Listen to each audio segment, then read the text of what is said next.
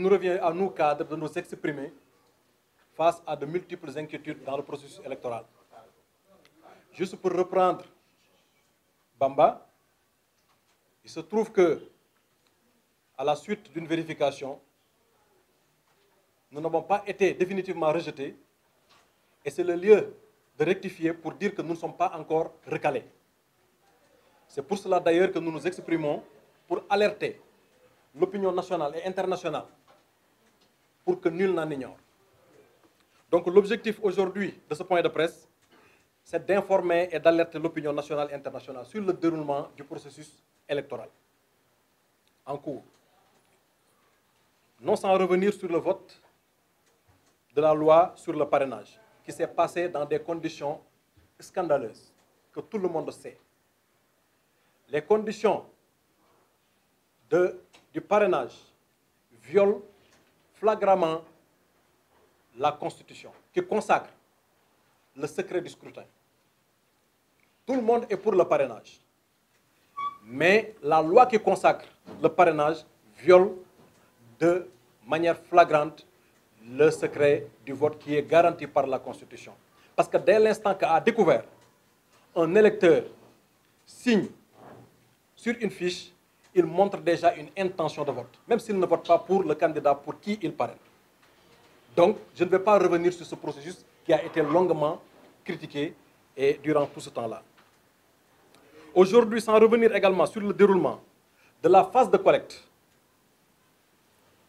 durant laquelle le fichier n'a jamais été mis à la disposition des différents acteurs en compétition, sauf bien sûr l'État partie qui organise, qui est juge et partie. Ce que nous n'avons pas manqué également de contester durant tout ce temps. Pour ce qui nous concerne, malgré tout cela, nous avons pu mobiliser toutes nos énergies, d'ici et d'ailleurs, sur le territoire national et dans la diaspora.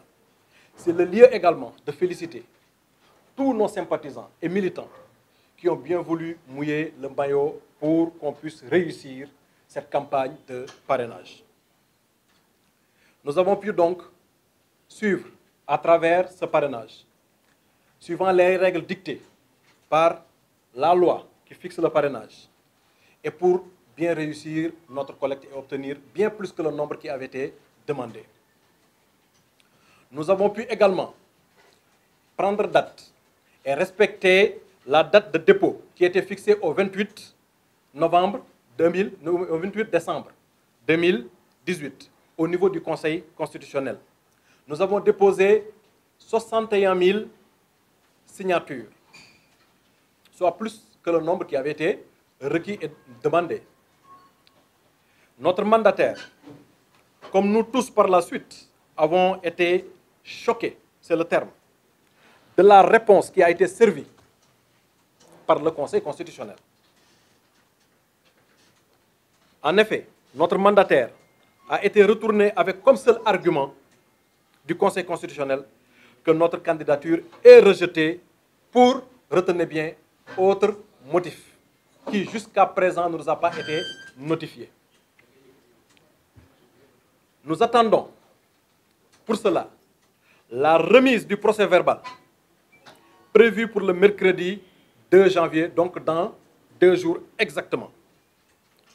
Nous doutons fort que le Conseil constitutionnel n'a pas eu la possibilité, en si peu de temps, de vérifier l'intégralité des documents collectés par rapport au fichier électoral de référence. Nous doutons également fort que le Conseil constitutionnel est en train de vérifier sur la base du fichier de référence. Donc, il faudrait que le Conseil constitutionnel essaye de suspendre ses travaux. Nous y reviendrons. Nous appelons donc le Conseil constitutionnel à joindre, dans sa réponse, un éclairage sur les moyens techniques et humains engagés à faire le travail de vérification et de validation des parrains. Parce que je ne vous apprends rien pour vous dire que dans une cour de justice, tout élément qui entre pour faire une authentification doit être certifié, ce qui n'est pas le cas.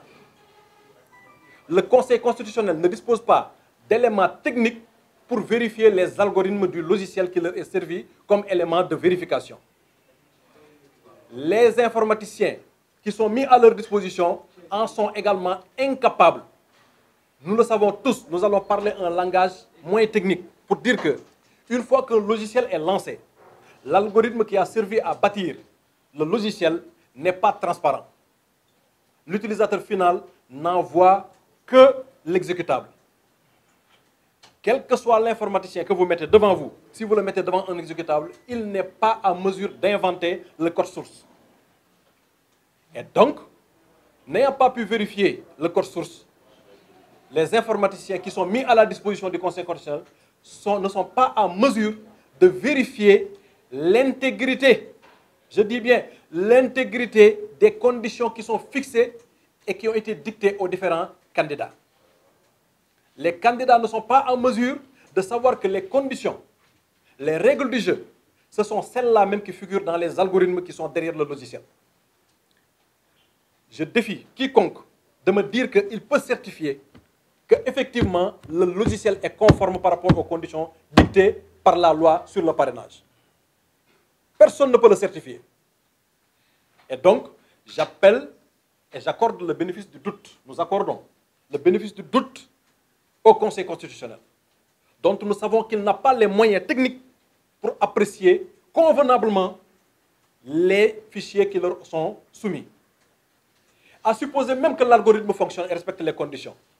Si la base de données qui existe, parce qu'on parle de fichiers, il est bien déclaré qu'un fichier peut exister sans des données. Et que donc, les données qui servent à alimenter le Conseil constitutionnel, est-ce que ce sont celles-là même qui sont présentes au niveau de la DAF? Nous en doutons fort. Et dès l'instant qu'il y a un doute, il faut s'arrêter. Je pense qu'il est de leur responsabilité aujourd'hui de veiller à ce que la stabilité bâtie dans notre pays perdure. Nous appelons tout le monde, toutes les forces vives de notre nation, les régulateurs sociaux, les chefs religieux, à se lever dès maintenant, à avertir le chef de l'État, à garantir la stabilité de notre démocratie et dans notre pays. Nous appelons les juges également pour prendre leurs responsabilités, pour suspendre les travaux de vérification en cours et de certifier la conformité des méthodes de vérification. À tous les acteurs en compétition également de prendre part avec leurs experts pour une vérification en commun des méthodes jusque-là utilisées par le Conseil constitutionnel et que nous jugeons jusque-là arbitraires. Arbitraires, non basés aujourd'hui sur des argumentaires scientifiques qui peuvent qualifier aujourd'hui un candidat de rejeté ou de retenu. Nous invitons également les autres autorités morales, comme je l'ai dit tout à l'heure, religieuses de notre pays, à donner de leur voix. Dès à présent, sur la confusion qui est en train d'être mise en place sous nos yeux. Il faut quand même remarquer que nous sommes dans un pays où des citoyens sont menacés dans leur propre liberté. Quand moi je suis un citoyen sénégalais, je dispose d'une carte d'identité et je ne figure pas dans un fichier, je pense que ce sont les institutions financières elles-mêmes dans notre pays qui sont menacées et qui doivent se lever en premier, plus que les politiques. Parce qu'on ne sait même plus avec qui on traite dans ce pays-là. Si aujourd'hui, toute personne peut se balader avec une pièce d'identité sans exister dans un fichier de l'État, les partenaires économiques avec qui ils traitent aujourd'hui, ça veut dire que moi je ne sais même plus avec qui je traite dans mon pays. Les banques ne savent même pas aujourd'hui si aujourd'hui une pièce d'identité n'est pas falsifiée ou pas. Est-ce qu'on avait besoin, pour bâtir un fichier d'une seule table, de faire appel à des Malaisiens? Je rappelle qu'il y a 18 ans de cela, le bug de l'an 2000 a été solutionné par des Sénégalais.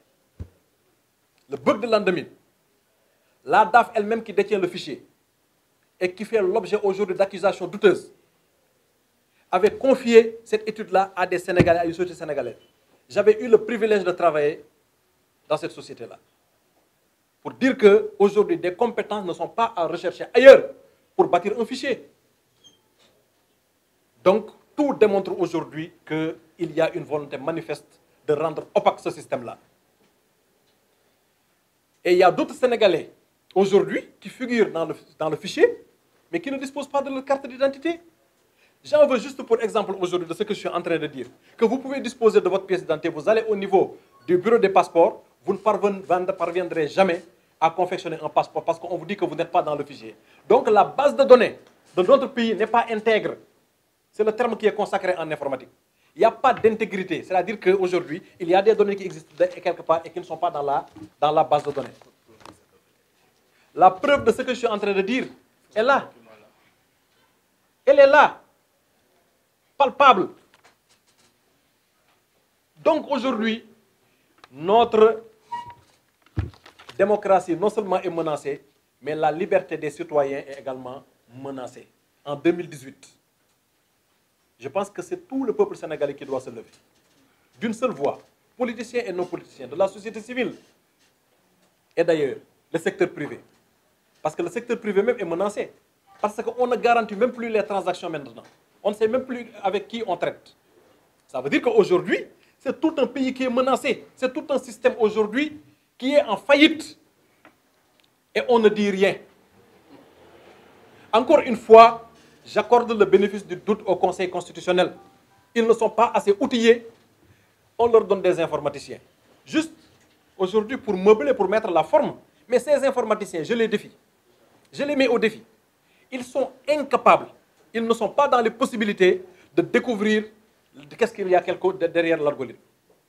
Donc je pense qu'aujourd'hui, le problème, il est vraiment un problème assez sérieux à prendre en compte. Sans parler des cartes d'identité numérisées, toujours en circulation, dont la validité, plusieurs fois prorogée par des décrets à volonté, et qui sont toujours valables.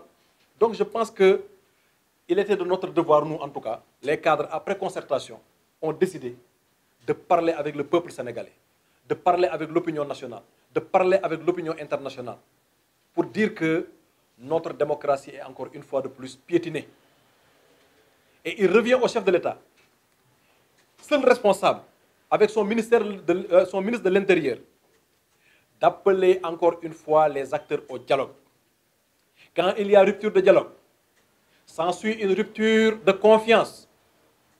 Le conflit est inévitable et on va vers des confrontations majeures.